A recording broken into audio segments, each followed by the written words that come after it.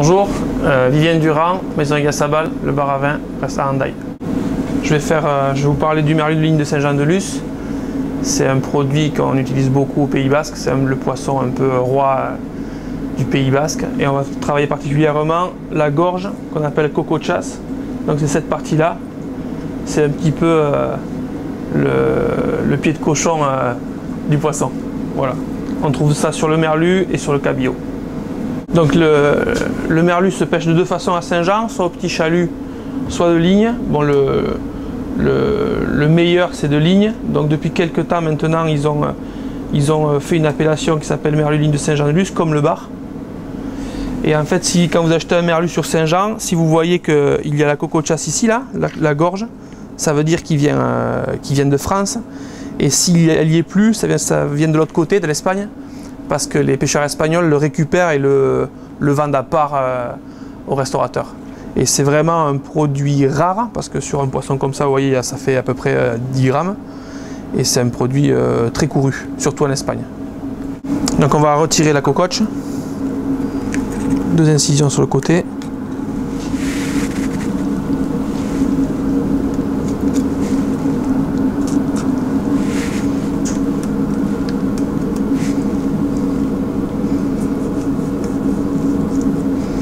En Espagne, il laisse ça aussi, donc il coupe la langue.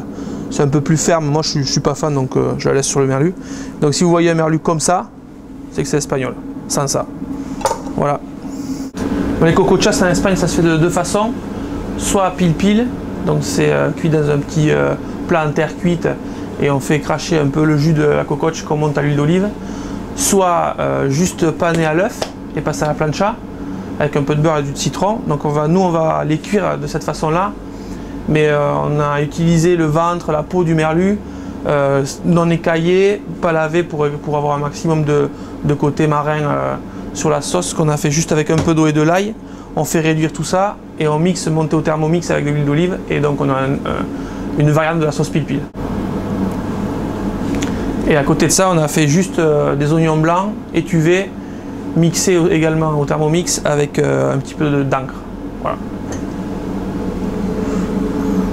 Là, on va mettre la peau entièrement, du jus, ça bien réduit. Je vais mettre un peu de gousse d'ail ici. On va mettre aussi une demi-gousse d'ail frais.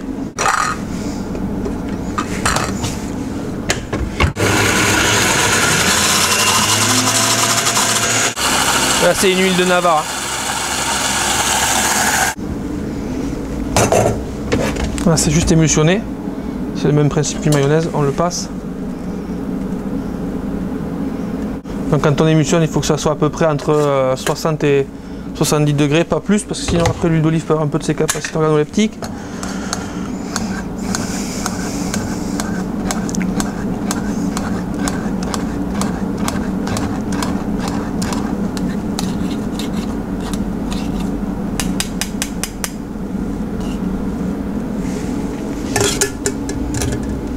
Et voilà.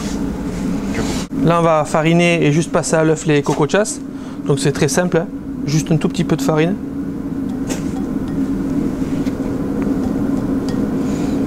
Et dans l'œuf juste salé et piment d'Espelette.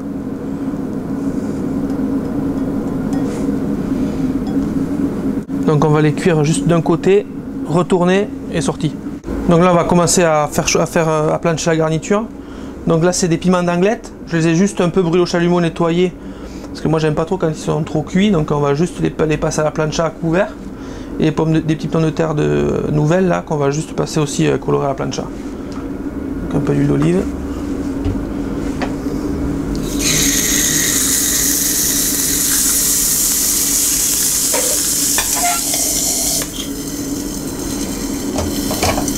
Ben, comme ça ils vont chauffer plus vite et on aura une meilleure cuisson.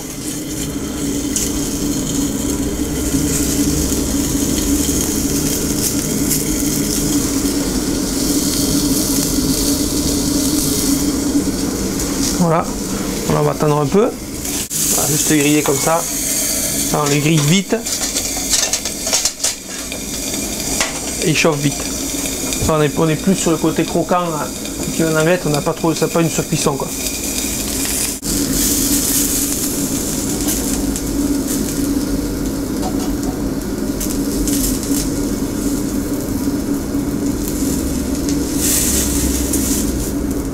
Donc là on va cuire les coco de chasse, il faut que ça aille très vite. Donc on cuit côté peau.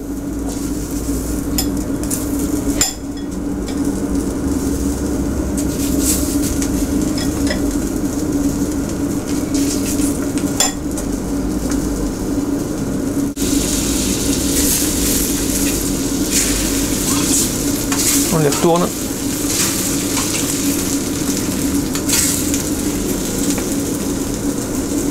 Un tout petit peu de jus de citron.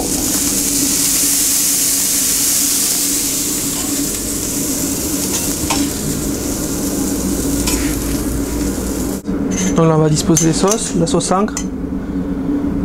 Donc ça c'est juste oignon, donc c'est quasiment une garniture. Un peu de pil-pil.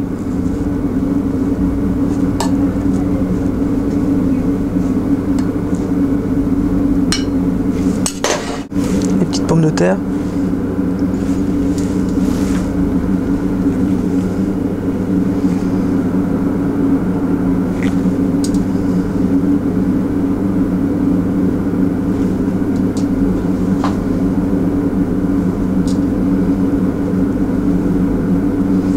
Et là,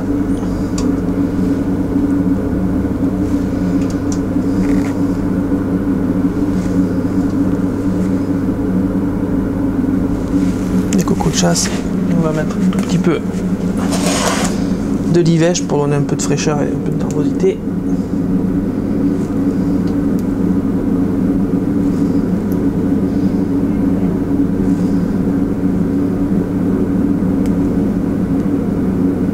Voilà, donc c'est coco de chasse, façon revisité façon pil-pil, sauce ancre et piment d'Angleterre.